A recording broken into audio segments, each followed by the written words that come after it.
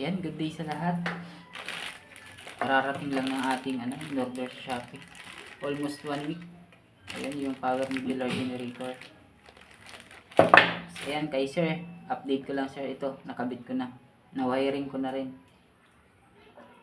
Naglagay tayo ng ayun yung pagka-wiring niya sa loob. Ayan. May siya, may ito. Turok lang. Ito yung switch niya. Natatanggal to kung sakaling masira man. Natatanggal to, napapalitan.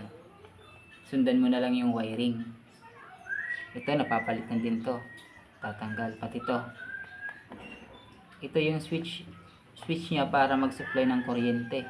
Pag kinalabit mo yan, magsusupply ng kuryente. Tapos ito naman, ito yung ating on and off switch. Yan. Naka-connect yan dito sa dito. Ayan, pag naka-lagay natin sa safety, hindi yan gagana. Ayan, hindi siya naka-switch. Ayan.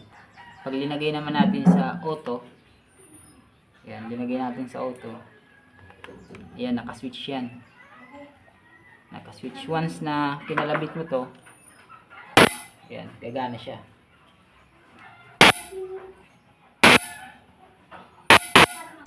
Ayan, gagana siya.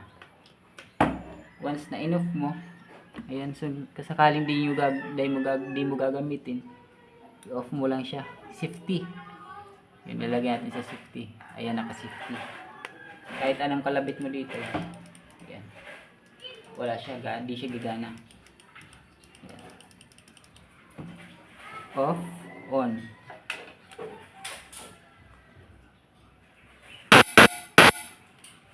Ayan, sir. Off muna natin. Ayan, naka-safety na siya. Sa wakas dumating din, ito na lang yung kulang eh.